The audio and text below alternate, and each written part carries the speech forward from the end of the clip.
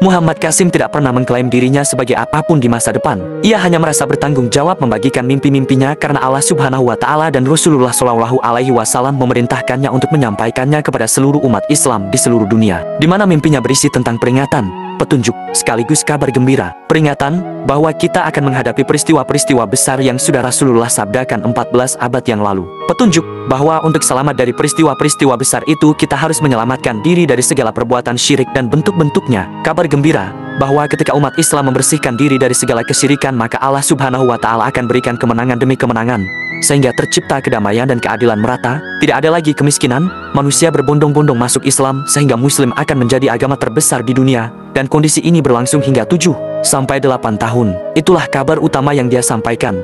Kami pun tidak memaksa siapapun untuk mempercayainya. Bagi yang mempercayai kabar tersebut, maka kita akan mempelajari bagaimana detail bentuk syirik yang disebutkan di dalam mimpinya.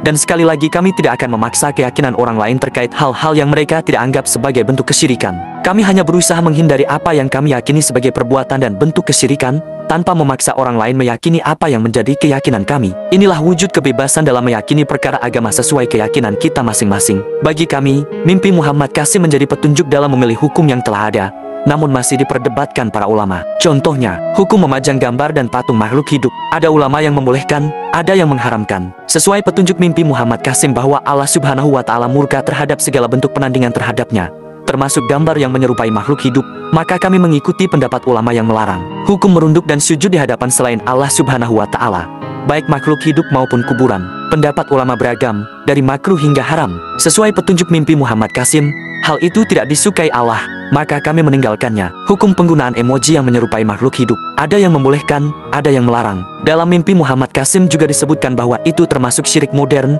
maka kami mengikuti pendapat ulama yang melarangnya. Dan seterusnya, kami telah meneliti isi mimpi-mimpi Muhammad Qasim tentang kesyirikan dengan landasan hukum yang ada. Artinya, mimpi Muhammad Qasim tidak menciptakan hukum baru, melainkan memperkuat hukum yang telah ada namun mungkin masih diperselisihkan ulama. Karena mimpi, sebagaimana hadis doif, bukanlah hujah atau dalil syaro, sehingga tidak ada hukum baru yang dibangun berdasarkan mimpi. Mimpi dapat menjadi acuan dalam memilih di antara beberapa opsi yang ada. Salah satunya memilih hukum yang diperdebatkan ulama. Bahkan ada syariat syalat istikhoroh yang hasilnya terkadang berupa mimpi atau kecondongan pada salah satu pilihan. Mimpi juga dapat menjadi gambaran masa depan. Lalu, bagaimana menjawab pertanyaan apakah mimpi orang yang sholatnya jarang harus ditolak? Seperti yang kita ketahui, orang yang meninggalkan sholat dapat dikategorikan ke dalam beberapa hukum. Pertama, jika ia meninggalkan sholat karena kemalasan, ia dihukumi sebagai orang fasik. Kedua, jika ia meninggalkan sholat karena menganggap sholat fardu tidak wajib, ia jatuh ke dalam kekufuran yang mengeluarkannya dari agama Islam. Muhammad Qasim tidak pernah menyatakan bahwa sholat fardu tidak wajib. Ia hanya mengaku jarang sholat dan hanya melakukannya jika ada keinginan,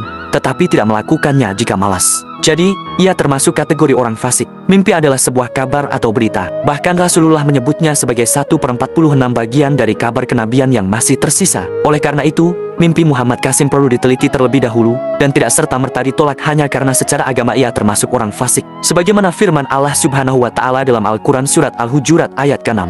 Hai orang-orang yang beriman, jika datang kepadamu orang fasik membawa suatu berita, maka periksalah dengan teliti agar kamu tidak menimpakan suatu musibah kepada suatu kaum tanpa mengetahui keadaannya yang menyebabkan kamu menyesal atas perbuatanmu itu. Maka, kesimpulannya, mimpi Muhammad Qasim dapat diterima atau ditolak tergantung pada kesesuaiannya dengan dalil Al-Quran dan hadis, atau pendapat ulama yang ada.